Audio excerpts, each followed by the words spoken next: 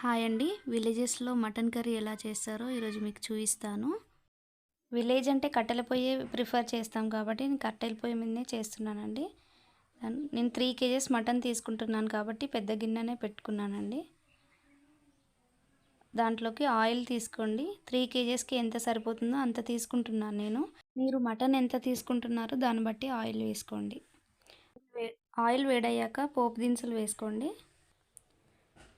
తర్వాత స్ట్రైట్‌గా కట్ చేసిన పచ్చిమిర్చి వేస్తున్నాను. 6-7 కట్ చేసుకున్నానండి నేను. అండ్ మటన్లోకి ఆయిల్ ఎక్కువ ఉంటేనే కొంచెం బాగుంటుందండి టేస్ట్. సో అందుకే ఆయిల్ ఎక్కువ తీసుకున్నాం మేము.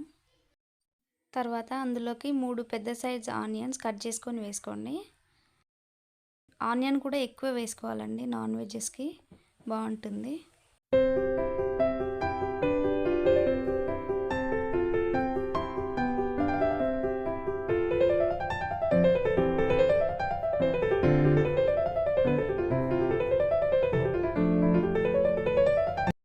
ఆనియన్ ఇంకా పచ్చిమిర్చి బాగా వేగాక మటన్ వేసుకోండి అందులో. ఇలా కట్టెల పొయ్యి మీద చేయడం వల్ల కర్రీకి డిఫరెంట్ టేస్ట్ వస్తుందండి, బాగుంటుంది. సిటీలో ఉండేవాళ్ళు ఇలా ఒకసారి విలేజెస్కి వెళ్ళినప్పుడు ట్రై చేయండి. మూత పెట్టుకొని 1/2 అవర్ ఉడికించి మళ్ళీ తీసి కలుపుకోండి.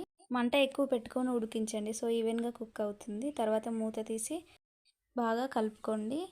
కింద అడుగంటకుండా చూసుకోండి. మటన్ ఉడికేటప్పుడు వాటర్ వస్తాయి కదా, అవన్నీ వాటర్ అన్నీ పోయాక పసుపు వేసుకోండి. పసుపు వేసుకున్నాక మూత పెట్టి 10 మినిట్స్ ఉడికించండి. మళ్ళీ మూత తీసుకొని చూడండి, వాటర్ పూర్తిగా పోయాయి. ఫ్లేమ్ అడ్జస్ట్ చేసుకుంటూ దాన్ని బాగా కలుపుకోండి. మటన్ కర్రీ ఎంత బాగా ఉడికితే అంత బాగుంటుందండి. సో ఈవెన్గా కలుపుకుంటూ బాగా ఉడికించుకోండి. తర్వాత అందులోకి అల్లం వెల్లుల్లి పేస్ట్ వేయండి. నేను 3 స్పూన్స్ వేశాను. ఇప్పుడు దాంట్లో కారం వేసుకోండి. 3 కేజెస్ మటన్ అంటే కారం ఎక్కువే పడుతుందండి. అందులో మేము కారం ఎక్కువే తింటాం కాబట్టి కారం ఎక్కువే వేసుకొని కలుపుకున్నాము.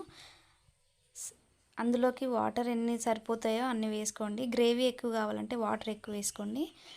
ఇంకా ధనియాల పొడి, మసాలా, సాల్ట్ వేసుకొని బాగా కలుపుకోండి.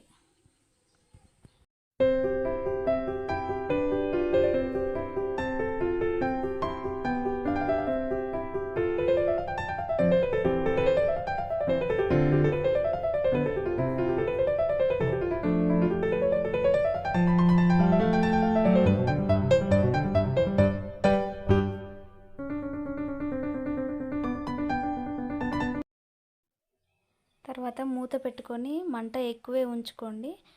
మంట ఎక్కువ మీద ఒక 30-40 మినిట్స్ ఉడికించండి.